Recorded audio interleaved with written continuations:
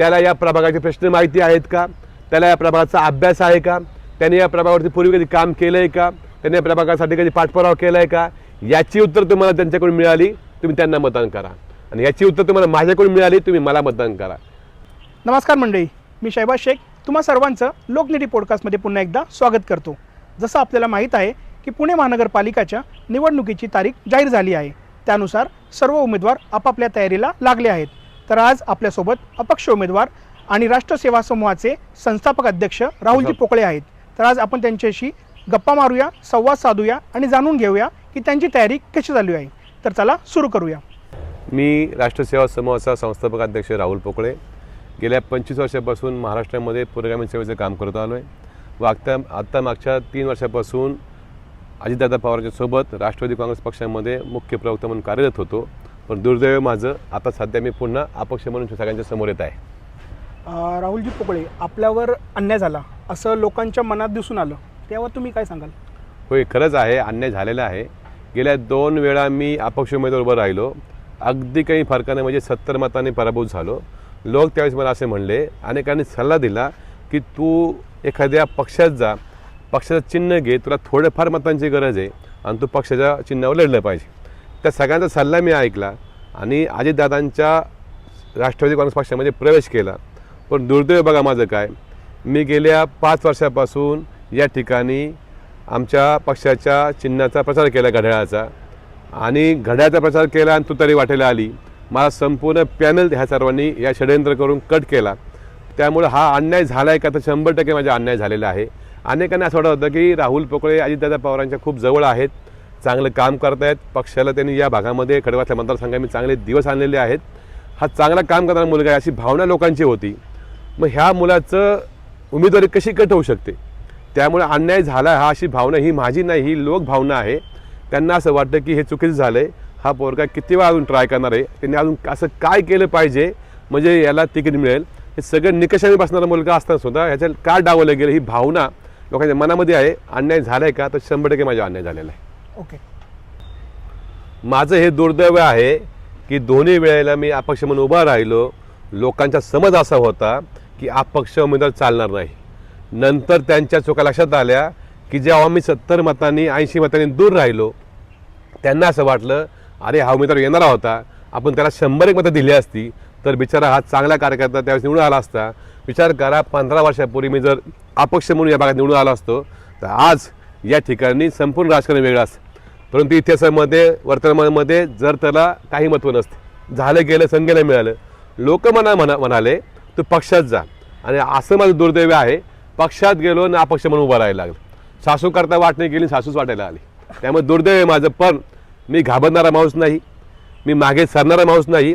माझ्या मागे माझ्या प्रामाणिक कार्यकर्त्यांचं, सच्च्या कार्यकर्त्यांचं, प्रेम करणाऱ्या नातेवाईकांचं माझ्यावरती खूप मोठा प्रभाव आहे. माझ्या मागे ते आहेत. या सगळ्याच्या जोरावरती आणि अजितदादा पवारांच्या टीमच्या जोरावरती जे पॅनलमध्ये माझी काही प्रमुख माणसं होती, आमचा सौरभ मते आहे, अविनाश लगड आहे, शुक्राचार्य वांजळे असतील, रुपालते असतील, या सगळ्यांच्या जोरावरती मी अपक्ष म्हणून उमेदवार साधा नाही आहे. मी त्यांना तेवढ्याच ताकदीचा आणि तेवढ्याच तोलामोलाचा मी उमेदवार असणार आहे. ओके, अपक्ष म्हणून सर्व यंत्रणा तुम्ही उभी करू शकता का? 100%. ऑलरेडी जी माझी यंत्रणा उभी राहिलेली आहे. काय लागतं अपक्षाला? तुम्हाला लागते पोलिंगमध्ये बसायला माणसं लागतात. 225 तुमच्या खोल्या आहेत, माझ्याकडे 300 मुलं तयार आहेत. तुमचे कचऱ्या पाहिजेत, माझ्या कचऱ्या आत्ता रेडी आहेत. तुमच्याकडे बाहेर बूथ पाहिजे, माझ्याकडे बूथ रेडी आहे. तुमचा प्रत्येक मतदाराच्या यादीवरती तुम्हाला एक माणसं पाहिजेत, माझी प्रत्येक यादी माणसं नेमलेली आहेत. तुम्हाला माझा खासियत अशी आहे की मला एकाही माणसाला पैसे देऊन पदयात्रेमध्ये या, पैसे देऊन पत्रक वाटायला या किंवा माझा मतदान प्रचार करायला या हे सांगावं लागत नाही. म्हणजे मी अत्यंत अभिमानी सांगू शकतो की माझ्याकडे जी माणसं उभी केलीत मी गेल्या 25 वर्षापासून, त्यातलं एकही माणूस माझा पेड माणूस नाही. आज सगळीकडे तुम्हाला पेड माणसं दिसतील. एकच फक्त व्यक्ती अशी राहुल पोकळे ज्याच्या प्रचारामध्ये एकही माणूस पेड नाही. हे माझा अभिमान स्वाभिमान आहे. हेच एवढे कमावलं मी. माझी यंत्रणा एवढी मोठी आहे की त्या पक्षाची यंत्रणा बंद नाही आहे. मी अनेकांना असं वाटेल की मी पुरा पडणार नाही, त्यांचा तो गैरसमज आहे. गैरसमजात राहू नका. माझं पूर्ण यंत्रणा रेडी आहे आणि सक्षम आहे. लोकांपर्यंत चिन्ह पोहोचवणं ही तुमची कसोटी राहील का? लोक शिकलेले आहेत, वाचतात, लिहितात, सोशल मीडिया हाताळतात, फेसबुक पाहतात, व्हॉट्सअप पाहतात. सहजपणे त्यांच्या व्हॉट्सअपला, फेसबुकला, इंस्टाला जर आमची माहिती गेली, डोळ्याखाली गेली, कोणतीही गोष्ट 8-10 वेळा गेली की माणसाच्या लक्षात राहते. तुम्हाला नाव माहिती आहे, तुम्ही वाचू शकता. नाव पुढे माझं चिन्ह आहे. ज्याला नाव वाचतं ते नाव वाचा, ज्याला चिन्ह पाठवतं त्यांनी चिन्ह दाबा. मला वाटत नाही हे अवघड आहे, कारण 2 वेळा प्रयोग केला आहे मी. मागच्या काळामध्ये माझी पहिली किटली होती, नंतर माझी पतंग होती, नंतर माझी बशी होती. ही सगळी चिन्ह मी पतवलेली आहेत, लोकांनी ती ताकदीने पेललेली आहेत. मी तिकडनं सांगायची खोटी की मला अमुक चिन्ह मिळाले, तोपर्यंत वार्डामध्ये चिन्ह पोहोचलेलं होतं. आता साधनं चांगली वाढलेली आहेत, सोशल मीडिया खूप वाढलेलं आहे, त्यामुळे मला चिन्ह पोहोचवणं अवघड वाटत नाही. आजचं ते चिन्ह माझी छत्री आहे. मी घरी येईपर्यंत, वार्डात कचेरीमध्ये येईपर्यंत माझं छत्री चिन्ह तुमच्या आपल्या संपूर्ण प्रभागात गेलेलं आहे. मग चिन्ह पोहोचवणं कसोटी नाही माझी. आपण राष्ट्र सेवा समूहाचे संस्थापक अध्यक्ष आहेत, तर आपल्याला त्यांच्यासाठी जी कामं केलेली आहेत ती कामं उपयोगी पडेल का? राष्ट्र सेवा समूहाची स्थापना केल्यापासून गेल्या 25 वर्षापासून मी सातत्यानं मैदानावर उभा आहे, लोकांना प्रबोधन करतोय. गावागावात शिवाजी महाराज, संभाजी महाराज, शिव फुले, शाहू आंबेडकरांचा विचार जागवला आहे. सर्वत्र आंदोलनं केली. मागच्या काळामध्ये या भागामध्ये 300 गावामध्ये मी संविधान यात्रा काढल्या, जिजाऊव्रत यात्रा काढल्या. याच भागामध्ये आपल्याकडे पुण्यामध्ये आत्ता एक प्रकरण घडलं वैष्णवी भागवणीचं, हुंड्यावरून त्या ठिकाणी तिचा बळी गेला. हा असे बळी जाऊ नये यासाठी पूर्वीच आम्ही 10 वर्षापासून या भागामध्ये शिवविवाहाचा प्रकार चालू केला. हुंडा घ्यायचा नाही, हुंडा द्यायचा नाही, लग्न साधी करायची. ज्याप्रमाणे ब्राह्मण समाज अगदी कमी खर्चामध्ये, कमी वेळेमध्ये, कमी माणसामध्ये लग्न करतो, अशा प्रकारची जर लग्न आपण केली तर आपला हा बहुजन समाज, हा सगळा समाज ह्या चुकीच्या प्रथापासून दूर जाईल व हे पैसे वाचून तुम्ही तुमच्या मुलीचं शिक्षण करू शकता, तुम्ही तुमच्या मुलीचं आरोग्य सांभाळू शकता. अशा प्रकारचा मेसेज आम्ही गेल्या 15 वर्षापासून दिलेला आहे. हे काम राष्ट्र सेवा समूहाचे आहे. राष्ट्र सेवा समूहाने माणसं तयार केली, त्या माणसाच्या डोक्यामध्ये विचार पेरला आणि त्या विचारातून आता पूर्ण माणसं तयार झाली आणि हा मानता हे संघटन पूर्ण महाराष्ट्रभर वाढलं. त्याला पॅरलल माझ्याकडे महिलांची संघटना आहे, त्याच्यामध्ये जवळजवळ 10,000 महिला राजमाता जिजाऊ महिला महासंघाच्या माध्यमातून बचत गटाचं काम करतात. आसपासच्या किरकटवाडी, नांदेड, नरे, घोरे, डोंजे, खडकवासला, कोंढवे या गावामध्ये आमच्या राजमाता जिजाऊ महिला महासंघाच्या महिलांच्या पण शाखा आहेत. लोकांच्या पुरुषांच्या शाखा असतात, आमच्याकडे महिलांच्या मंडळांच्या संघटनेच्या शाखा आहेत. आणि हे जाळं केवढं म्हणाल तर 10,000 महिलांचं जाळं आहे. त्यामुळं राष्ट्रसेवाचं काम अशा जोरावरती व अजितदादा पवारांच्या आशीर्वादावरती मी 100% या निवडणुकीमध्ये निवडून येईल अशी मला खात्री आहे. अजितदादा पवार यांचा आशीर्वाद आहे का तुम्हाला? हे 100% आशीर्वाद आहे. अजितदादा पवारांचं माझं नातं खूप जवळचं आहे. मी त्यांना माझा गॉडफादर मानलं आहे आणि त्यांनी सांगितलं मी तुझा गॉडफादर म्हणून कायम राहील. कधी कधी राजकारणामध्ये असे काही प्रसंग येतात, तुमच्या जवळच्या माणसाला डावलावं लागतं, त्याच्यावर अन्याय होतं, हे नेत्याला कळत असतं. परंतु तेवढ्यावर लगेच रागावून जाऊन नेत्याला शिवाय घालणारा मी माणूस नाही, रागावून जाऊन नेत्याचा फोटो फाडणारा माणूस मी नाही. त्या नेत्यांनी माझ्या या 32 गावातल्या लोकांचा टॅक्सचा विषय हातात घेतला. याच भागांमध्ये महापालिका घरात जायची, टॅक्स वसूल करताना लोकांना बाहेर काढायची, घराला सील लावायची.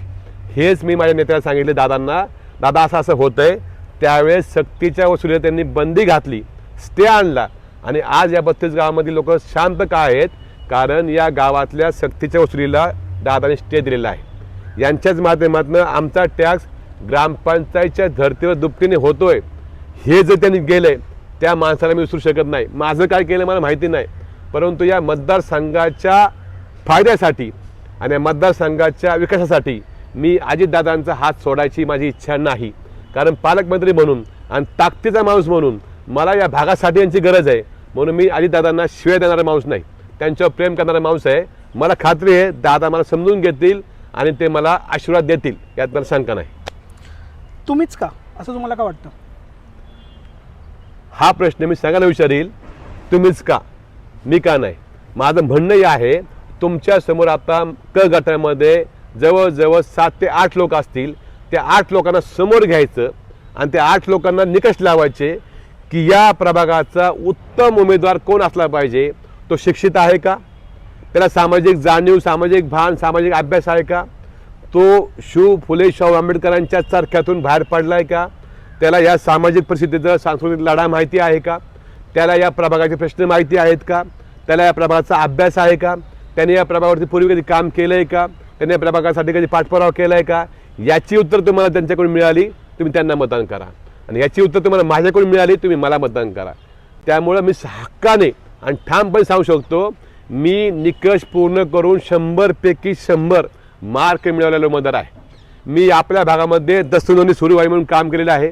मी आपल्या भागामध्ये टॅक्सचा विषय मार्गी लावा म्हणून सातत्याने अजूनही प्रयत्न करत आहे. माझी लोकांना आश्वासन आहे, खात्री देतो तुम्हाला की पुढच्या मार्च एंडपर्यंत तुमच्या सर्वांचा टॅक्स मी माफ करील, तेव्हा शांत बसेल. गुंठेवारी सुरू केलेली आहे. गुंठेवारी नसल्यामुळे तुम्हाला शास्त्री लागा ती गुंठेवारी सुरू झालेली आहे. या भागामध्ये विकास करताना जर तुम्ही सुरुवातीला जर गाफील राहिला तर हा सगळा परिणाम या भागातल्या लोकांवरती होणार आहे. या भागातला ट्रॅफिकचा विषय खूप जीव घेणं आहे. आपण सगळेजण ट्रॅफिकमध्ये अडकतोय. त्यासाठी या ठिकाणचा विकास जो होणार आहे तो मूलभूत विकास जर नीट झाला तर त्याचा दूरगामी परिणाम आमच्या शरीरावर, आमच्या मनावर, आमच्या कुटुंबावर, आमच्या व्यवसायावर होणार आहे. गर्दीमुळे आमचे व्यवसाय बंद पडायची आता वेळ आलेली आहे. गर्दीमुळे मुलांना आमच्या मुली मिळत नाही आहेत, लोक पाहायला येत नाहीत मुलींना, ही आमच्याकडची अवस्था आहे. गर्दीमुळे आमच्या या भागातले रेट कुठरलेत, आमचे फ्लॅट जात नाहीत, आमच्या लोकांचे विक्री होत नाही ग्राहकांची. गर्दीमुळे आम्ही हॉस्पिटलमध्ये पोहोचू शकत नाहीत.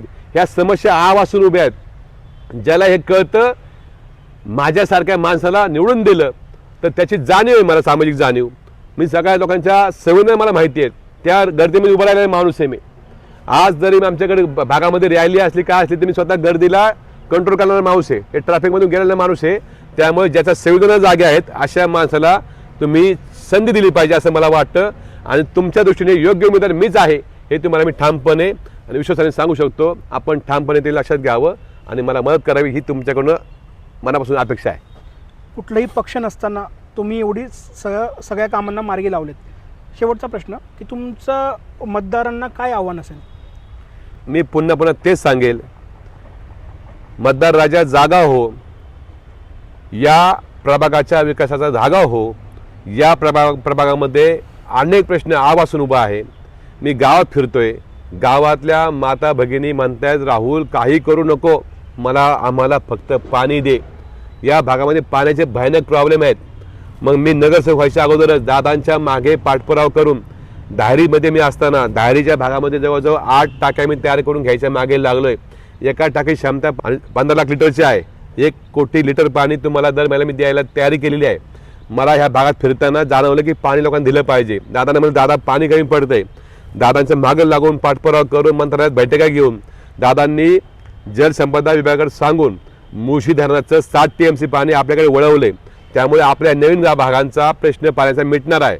आता हे जेवढं काम केलं असेल आणि पुढचं काम करायचं बाकी असेल तर तुम्हाला मला सांगायला पाहिजे की तुम्ही मला जर चान्स दिला, संधी दिला तर राहिलेली कामं जी आहेत टॅक्सची असतील, पाण्याची असतील, रस्त्याची असतील, ड्रेनेजची असतील किंवा कचऱ्याची असतील, ही अर्धवट राहिलेली कामं किंवा अजिबात न झालेली कामं मीच मार्गी लावू शकतो याचा मला आत्मविश्वास आहे. त्यामुळे आपण सर्वांनी मला संधी द्यावी हीच विनंती. धन्यवाद आम्हाला वेळ दिल्याबद्दल. धन्यवाद. संपूर्ण टीमचे मनापासून आभार आहे.